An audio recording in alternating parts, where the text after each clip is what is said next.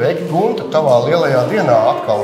Es tavai daļradēji, protams, sekoju nemitīgi, varbūt ne tik aktīvi kā vajadzētu katru brīdi, bet man vienmēr pārsteidz tavi, kā lai saka, tie, ja tā var teikt, kūleņi, tu atkal kaut ko jaunu izdomā, kaut ko jaunu pieliec, kaut ko jaunu modificē. Un saki, tā transcendentāla, tā ir uzdrīkstēšanās vairāk, jeb tāda iespēja apzināšana savu. Kā tev likās? Jo tas ir tāds balans starp izpētīto un tā ir plūsma.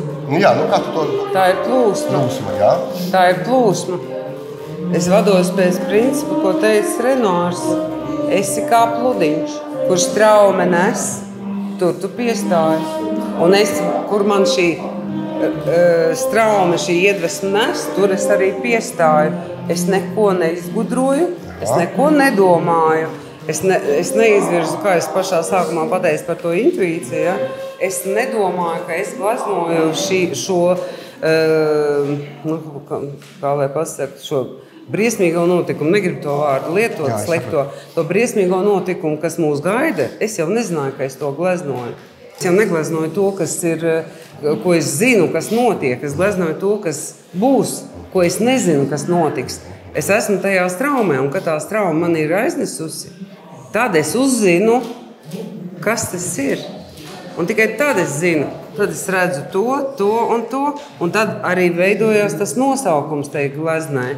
Viņš nav pirms, viņš ir pēc. Salieks tā bildi kopā un pēc tam iedodas tas. Viņš ir pēc, un izstādē nosaukums veidojās pēc tam, kad tu esi, kādā telpā tu esi, kurā pilsētā pat tu esi, ja? Kā tas viss kopumā izskatās. Tu jau vēl neesi tās bildes izlicis, ja tev nosaukumu vajag, vai ne? Dabīgi. Visas gleznas man ir galvā. Kā man Dāvids maziņš, dāvs, kad viņš bija maziņš, viņš teica, kad viņš gribēja mācīties, par dakteru viņš gribēja mācīties. Viņš grib tā kā tēs būt par dakteru. Es ar Dāvidu, bet tur šausmīgi ilgi jāmācās ir. Kā? Man tas viss jau ir galvā. Par ko es stāstu? Un pēc tam, starp citu, es izdzirdēju tādu interesantu lietu. Ja? Viens neiroķirurgs un filozofs runāja, cilvēkam viss ir, kad viņš piedzimst. Viņam ir pilnīgs visas pasaules zināšanas.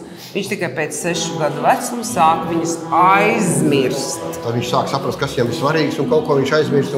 Viņš neko vairs nesaprot, viņš tikai iet cīnās ar dzīvi. Ar dzīvi nav jācīnās, dzīve ir jāizdzīvo. Dzīve noteikti ir jādzīvo. Jā, viņi ir jādzīvo.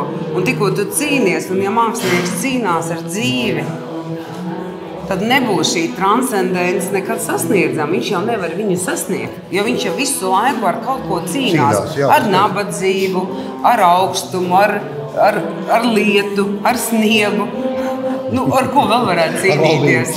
Ar ko tad? Ar valdību. Ar valdību. Kungs, tas jau ir pilnīgi ir tāds, tā kā, saprotiet, ja tu visu mūžu pavadi cīņā, nevis radošā darbībā, sevī, ja tu nevari atrast prieku sevī, tu nevari man viņu iedot. Man ir jārod prieks sevī. Es ar sevi esmu absolūtā komforta situācijā. Man ir interesanti ar sevi. Man nevienu mirkli nav garlaicīgi. Es atrodu visādas radošas darbības, ja? Es tagad nestāstīšu pat, ko es pēdējā laikā neesmu darījusi, ja? Bet man patīk kaut ko jaunu nepārtraukt. Tagad ar to apdruku, ja? Es tādu baudu izjūtu, ja? Kaut ko jaunu. Atkal jauns, ja? Atkal jaunā lauciņā. Jā, tas bija simpozijas, tas jau nav mans nākotnes darbs. Bet es apgūvu kaut ko tādu, kas man vienkārši izraisīja milzu baudu un prieku, ja? Es esmu nosprējusies ar izstādes atklāšanu, ar visu, iekārtošanu, ar visu, ja? Bet manī ir tik daudz, tas it kā tas, tā kā Bībelē teikt, lai tavs spēks manā nespēkā varens parādās. Un tas ir mans moto. Ne es to daru, bet visums to dara. Ja? Es nevaru to izdarīt, es kā cilvēks nevaru to izdarīt. Bet es skatos, ka tas spēks, kas nāk no augšas, viņš manī dotos to enerģiju, to spāru, un beigās man viss sanāk. Tas nozīmē, Gunta, būsim radoši un dzīvosim dzīvi, nevis komentēsim. Tieši tā. Paldies tev, Gunta, par Paldies, kad atbrauc. Tiksimies nākošajā. Pēc 10 gadiem atkal. Būs ātrāk. Es tev, zinot tevi, tu mazliet pieticīgi saki, zinot tevi. Te bija pirms 9 gadiem, tad tagad varbūt pēc 10. Jā, bet kurš tu skaita? Būs un būs atkal tiksimies. Uz tikšanos, Gunta.